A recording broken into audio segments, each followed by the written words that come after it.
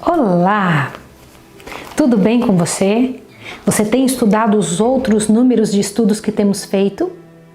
Como é que tem ficado a sua casa depois disto que você tem sabido e entendido a respeito do Deus eterno? Essas são oportunidades únicas. Acompanhe pela graça e poder de Deus. Pegue a sua Bíblia, comece a orar pedindo ao Senhor que lhe dê compreensão e entendimento, que ilumine a sua mente para que você compreenda as verdades concernentes ao Evangelho. Vamos então orar ao Senhor pedindo a Deus que Deus nos ajude. Vamos lá? Santo Deus e amado Pai, louvado seja o Teu nome pelo dom misericordioso de Jesus, nosso Redentor. Nós te agradecemos, nós louvamos o Teu nome, nós te agradecemos. Pai, me ajude a passar esses estudos e que os nossos irmãos em casa possam receber a bênção tremenda de entender a Tua verdade e, acima de tudo, entregar o coração a Ti. Em nome de Jesus. Amém. Nós louvamos o nome de Deus porque, além do Senhor Deus nos ouvir, Ele nos dá instruções sábias para compreender a sua verdade.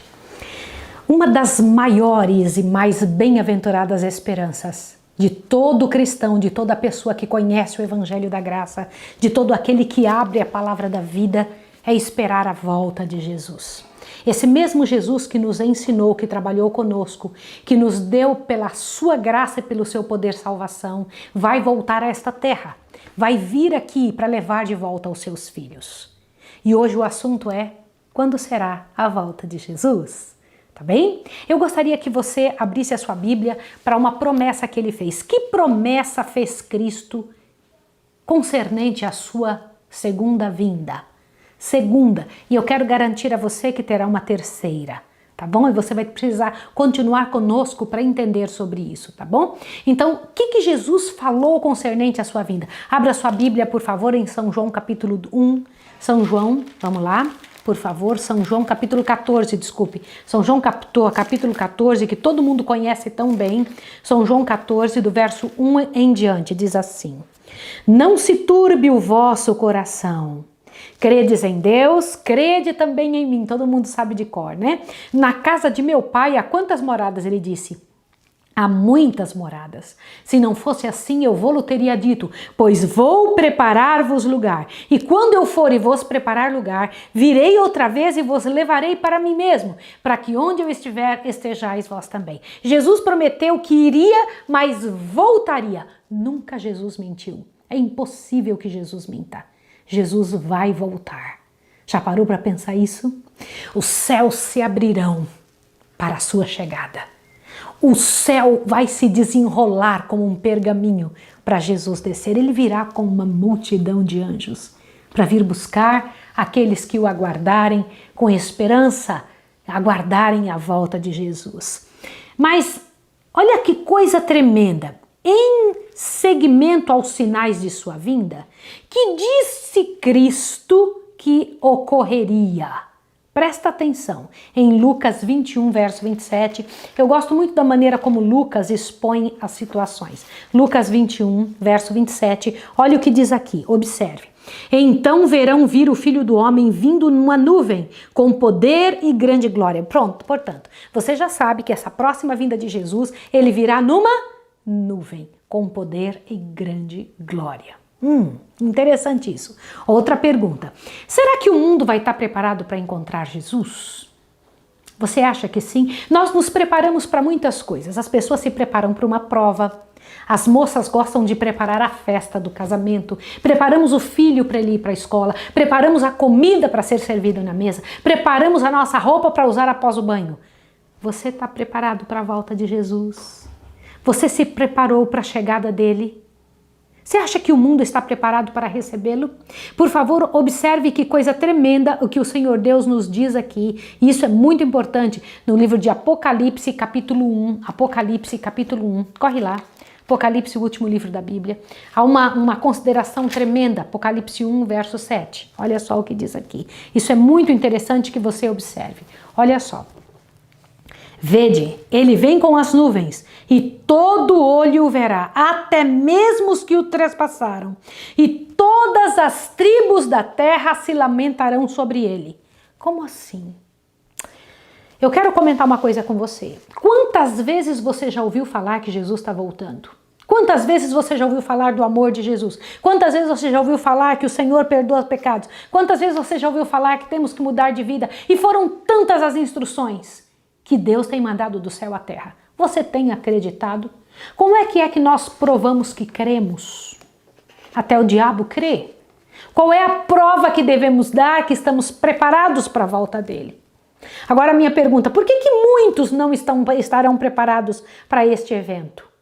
Por que muita gente, você sabe que a linguagem que é dita na Bíblia a respeito desse momento é dizendo que os perdidos serão como a areia do mar, e isso me corta o coração.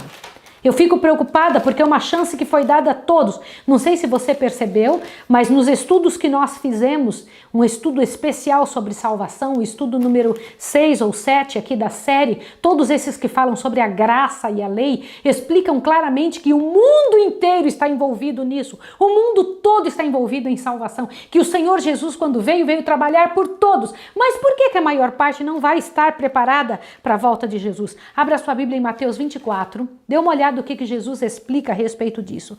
Mateus 24, do verso 48 ao 51, diz assim: Porém, se aquele servo for mau e disser consigo, o meu senhor tarde virá, e começar a espancar os seus conservos e a comer e a beber com os ébrios, virá o senhor daquele servo num dia em que o não espera e a hora em que ele não sabe, e castigá-lo-á e dará a sorte dos hipócritas. Ali haverá choro e ranger de dentes. O que isso quer dizer? Uma boa quantidade de gente pensa assim: Jesus vai demorar muito, vou viver como eu quero, vou fazer o que eu tiver vontade, vou correr atrás dos meus próprios interesses, vou andar atrás daquilo que satisfaz o meu coração. Por isso, a maior parte não vai estar preparada. A maior parte do mundo não está preocupada em que Jesus volte. E eu queria pedir a você que está me ouvindo, pegue esses estudos e entregue na mão de alguém, entregue na mão de um amigo, de um parente, mande pelo WhatsApp, mande para os amigos. Olha, fale a tempo e a fora de tempo. Trabalhe, corra atrás disso. Peça às pessoas que estejam preparadas, peça para que elas se preparem para a volta de Jesus. O que vai estar fazendo o mundo quando Jesus vier? Dá uma olhadinha, por favor, aí em Mateus 24, do 37, dá uma olhadinha, até o versículo 39. Como foi nos dias de Noé, assim também será nos dias da vinda do Filho do Homem.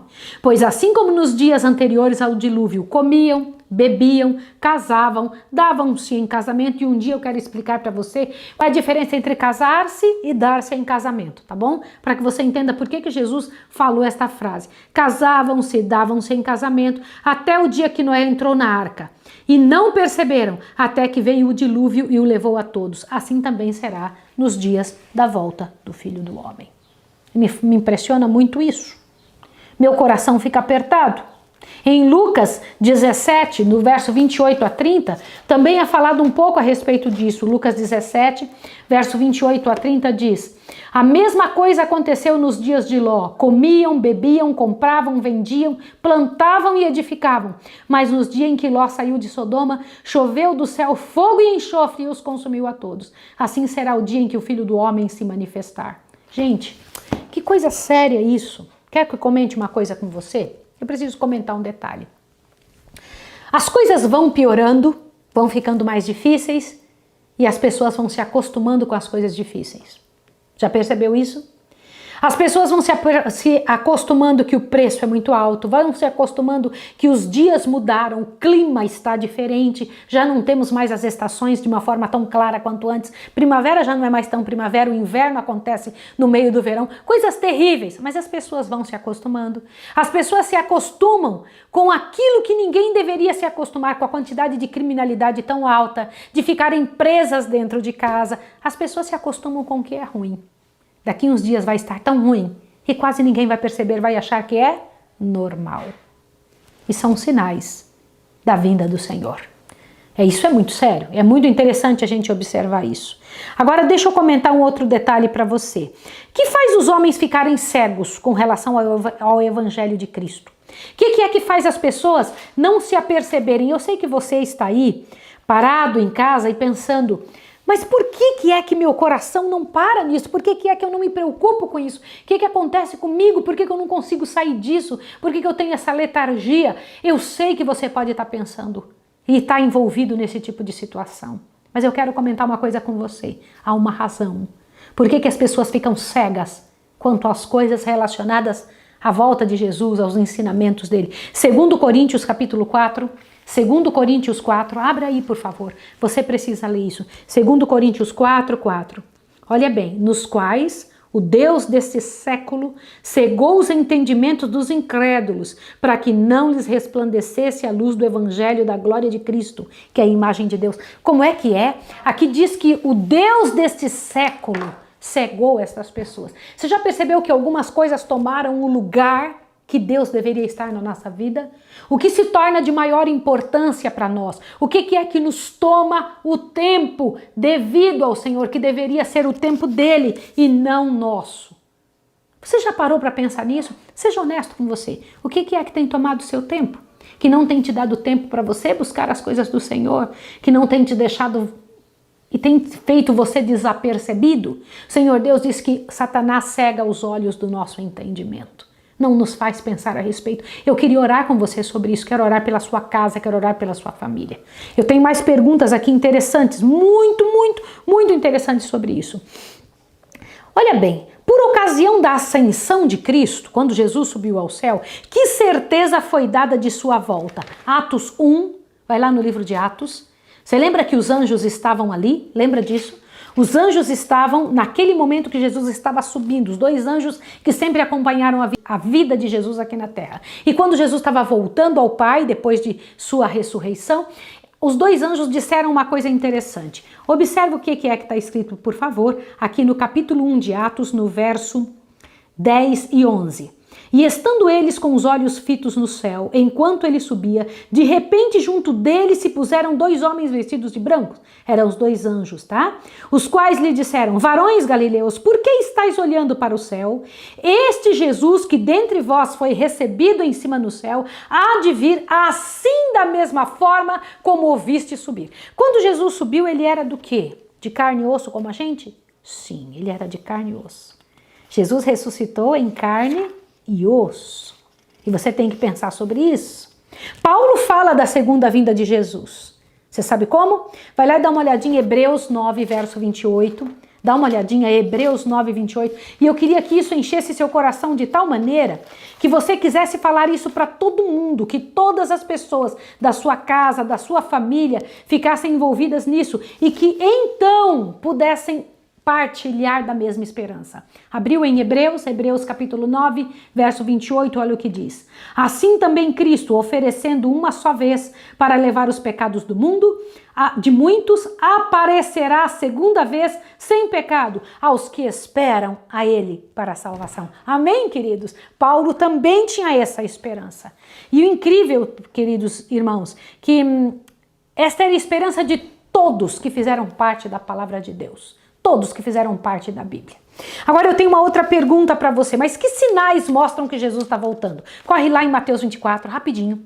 Mateus 24 é um capítulo da Bíblia muito conhecido, em que todo mundo, quando vai falar sobre a volta de Jesus, trabalha em cima destes textos para que possa mostrar sobre os sinais. Os discípulos estavam em torno de Jesus e eles fizeram também a pergunta: quando acontecerá isso? Mateus 24, verso 1 em diante diz assim: saindo do templo, Jesus ia se retirando quando se aproximaram-se dele os discípulos para lhes mostrarem a estrutura do templo.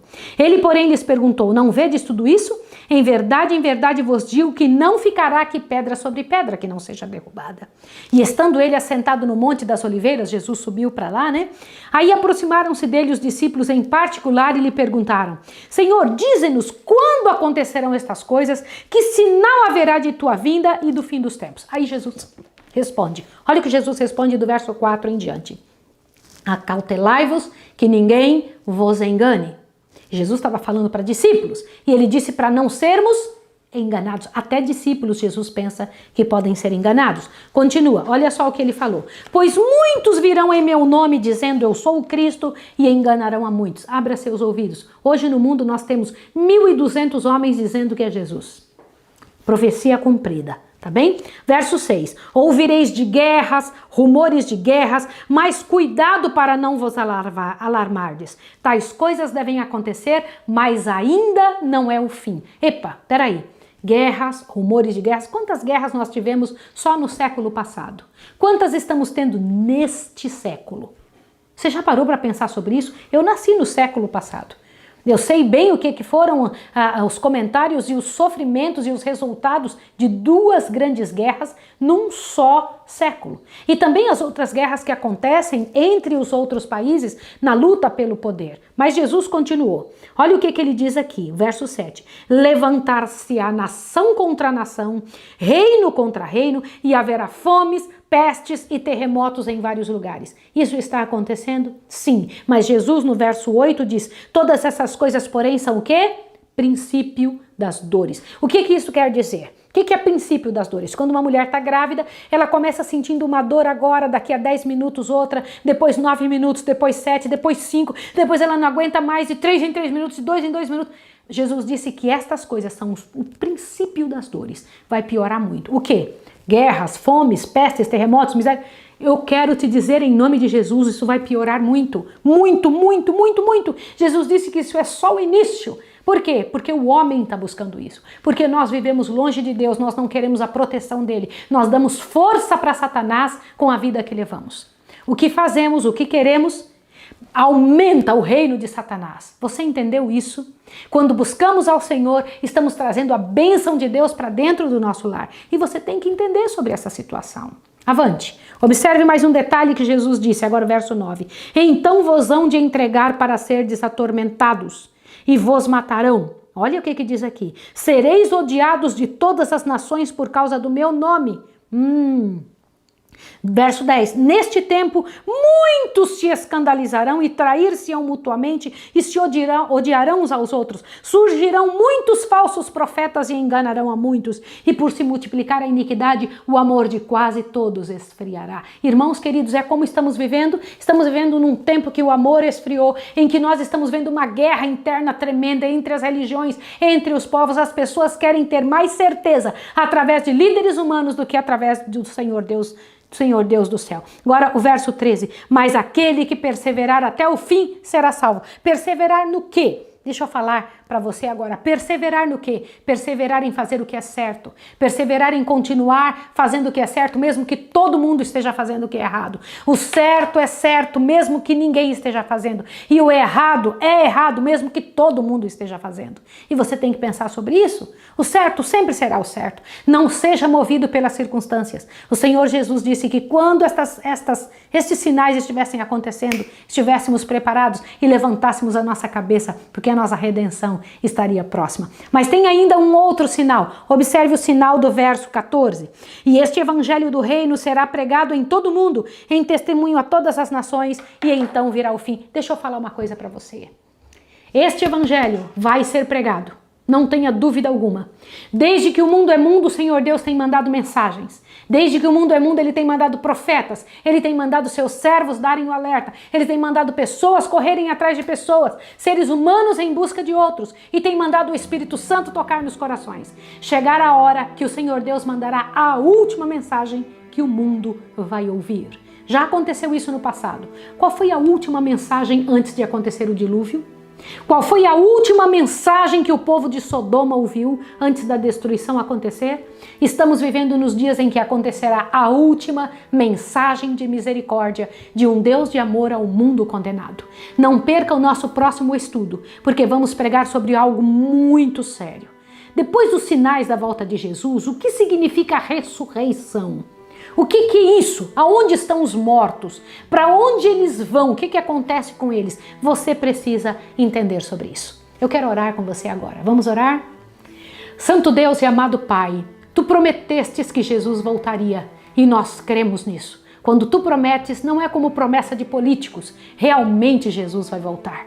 Eu peço a Tua bênção sobre essa pessoa que está ouvindo, para que em nome de Jesus ela seja preparada por Teu Espírito e pela alta convicção do Teu trabalho, Senhor, ao ela se entregar a Ti, ao ela buscar a Tua verdade. Que este canal sirva de bênção, Senhor Deus, para trazer a mensagem de misericórdia, a última mensagem de misericórdia, de um Deus de amor ao mundo condenado. Em nome de Jesus. Amém. Deus abençoe você e até o próximo estudo. Um abraço.